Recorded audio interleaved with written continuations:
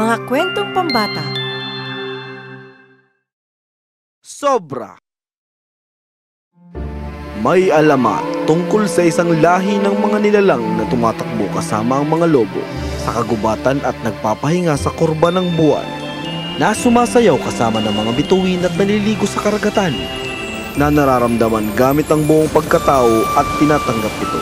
Sila ang mga sinsari, mga nakakakita at namubuhay kasama ang mga kaluluwa ng kalawakan. Alam nila ang emosyon ay napakalakas na kapangyarihan sa mundong ito. Ngunit sa kasamang palad, ang kanilang kalayaan ay naging dahilan ng takot ng mga emperador at mga hari, kaya't isa-isa naglaho ang mga sinsari. Isang munting anghel lamang ang naiwan. Nagniningning ka.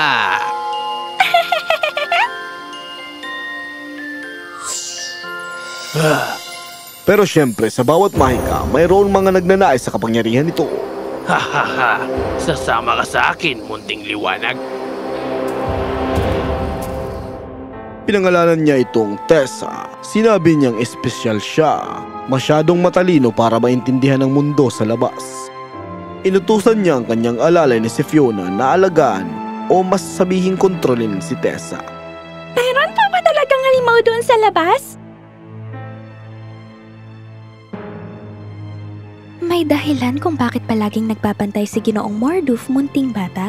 Hindi lang siya ang pinakamakapangyarihang salamangkero, kundi siya rin ang iyong tagapangalaga at tagapangalaga ng mga sensari. Tungkulin niyang palakihin ka at ibalik ka sa iyong mga tao. Pinalaki nila siya sa paraang lubos na kontrolado.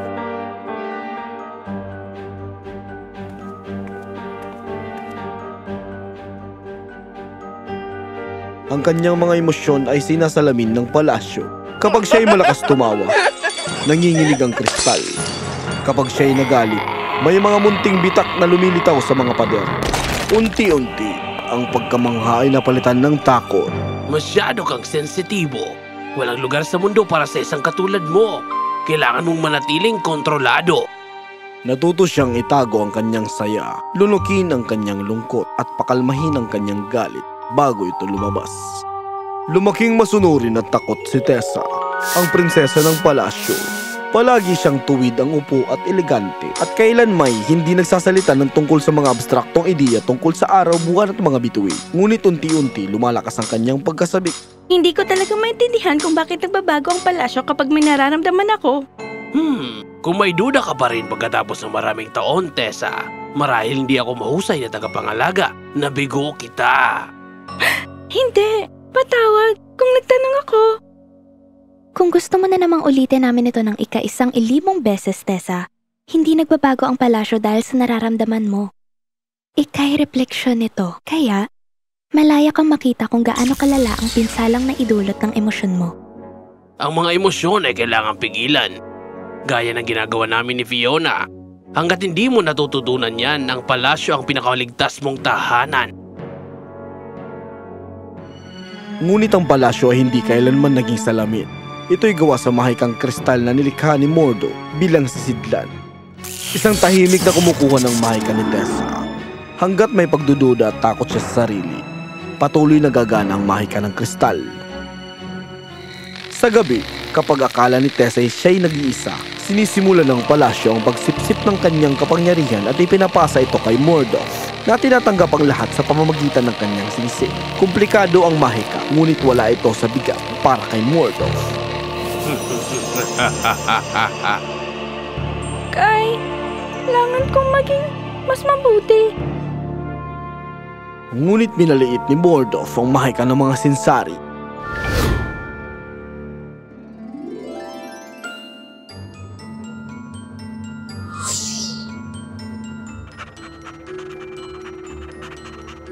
Andiyan ka pala.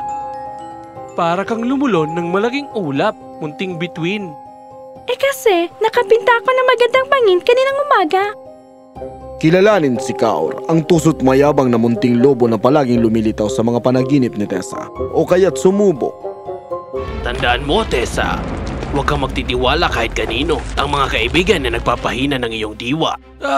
Mga alulong ko, sinusundan ka pa rin ng lalaking yon kahit dito?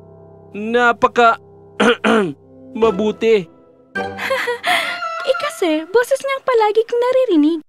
Kaninong boses ba ang inaasahan mong marinig mula sa isipan ko? Sa'yo, pusa.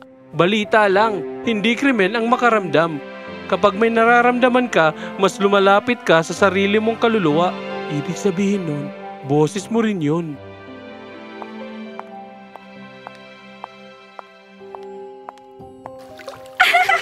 Ang lamig ng tubig! Si Kaur, ang unang tinig na hindi nagturo ng takot. Ang una ring nakapagpangiti sa kanya kahit walang nanonood.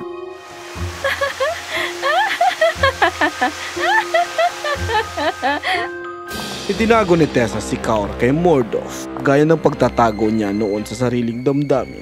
Si Kaur ang kanyang lihim na pagsuway, ang una niyang tunay na kaibigan. Ngunit hindi rin alam ni Tessa ang tunay na mahika ni Kaur. Isang umaga habang wala si Mordov sa pagitan ng kristal at salamin, nakita ni Tessa si Kaur na nakahandusay sa damuhan sa labas ng palasyo. Para siyang wala ng buhay. Kaur! Hindi! Anong nangyayari? Panaginip ba ito? Ngunit na naigang kanyang pagnanais na lapitan ng kanyang kaibigan kaysa sa takot. Hindi ka para sa mundong nasa labas.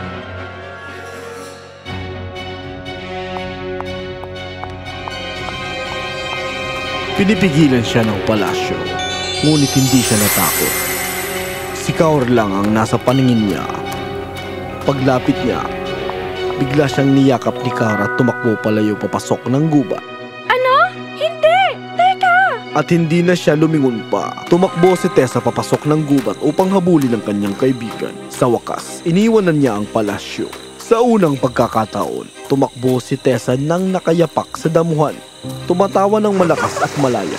Tumatalon-talon siya sa tubig. Pinagtatalsikan ng tuyong dahon at hinabol si Kaur sa kagubatan. Sa harapan niya, kumislap si Kaur at nag-anyong tunay na lobo na may kumikislap na asul na mga mata. Nakakatakot at kamangha-mangha. Huminto sila sa isang malawak na bahagi ng gubat malayo na sa palasyo. Umanga si Tessa sa kagandahan ng paligid. Dama ang kapayapaang hindi pa niya kailanman nararamdaman. Dahan-dahan niyang hinaplos ang ulo ni Kaur. Ito ang pinakamagandang tatawin, Kaur. Wala ito kumpara sa palasyo. Teka, ano? Palasyo? Ang layo ko na! Naku! Magagalit si Mordov! Kaur! Kailangan kong bumalik! Teka! Anong nangyayari? Habang kinakain ng takot at gulo ang puso ni Tessa, isang apoy ang biglang sumiklab sa gubat. Tinupok nito ang lahat ng kagandahang kanyang hinangaan. Hindi! Hindi! Tigil! Tigil! Ngunit lalo pa itong kumalat. Tahimik na umupo si Kaur habang pinagmamasdan ng kaibigan sa gitna ng nagliliyab na kagubatan. Pero hindi lang sila ang nandoon. Ah! Ama! Ama! Ano? Hindi! Hindi gumagalaw ang bata at alam ni Tessa na kung hindi siya kikilos agad, aabutin ito ng apoy. Pumikit siya at tinawag ang lahat ng lakas niya para iligtas ang bata. Masyado kang madamdamin. Kailangan mong protektahan ang sarili mo sa sarili mo. Wala kang kontrol. Palagi mo akong tinatawag ng sobra. Masyadong maingay, masyadong sensitibo. Pero hindi ka naman naiinis. Natatakot ka. Takot sa kung anong mangyari kung hindi ko mapigilan ang sarili ko. At ngayon, eto na ako. At doon ito nangyari. Isang banayad na pagsabog mula sa kanyang puso, sa kanyang sentro. Lumikha ito ng kalinawan sa paligid. Lumutang siya sa ere. Kita pa rin niya ang apoy, ngunit hindi na siya natatakot. Sa gitna ng apoy at pagkasunog, dama ni Tessa ang pagmamahal sa sarili, sa kagubatan, sa bukas na kalangitan. Si Tessa ay isa ng tunay na sensari.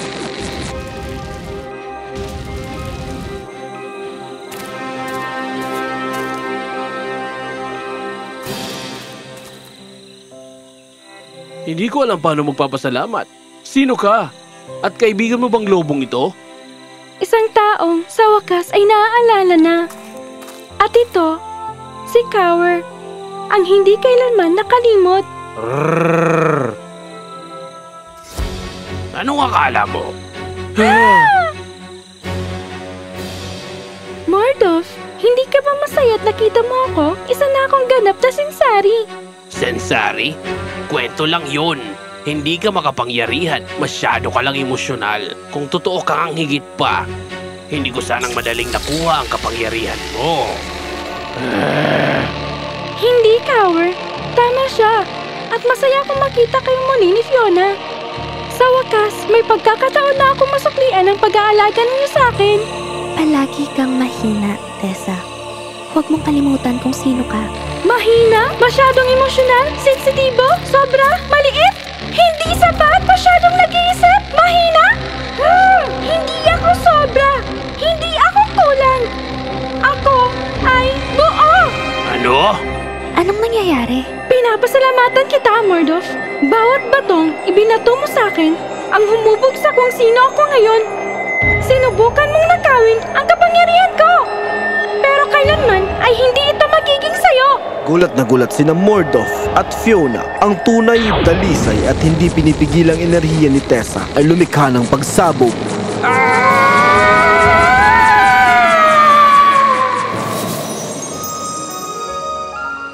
Ikaw ba talaga isang sensari? Kinikwento sila ng lola ko noon. Akala ko wala na silang lahat. Hanggat natututo tayong mga batang babae na tanggapin ang sarili natin, ang mga sensari ang patuloy na mangunguna sa universo. Tama, mahal? Oo! Pero gugulahin ka pa ba ng dalawang yon? Huwag mo silang alalahanin. Nasa lugar na sila kung saan sila nababagay.